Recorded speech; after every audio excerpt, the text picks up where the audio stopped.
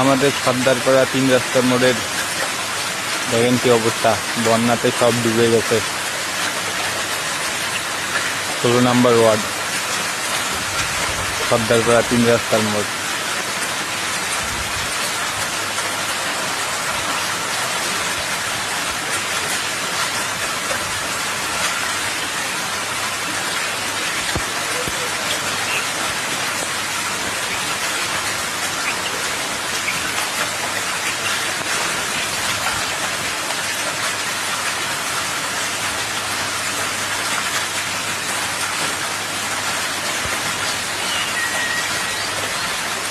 আল্লাহ, কত পানি!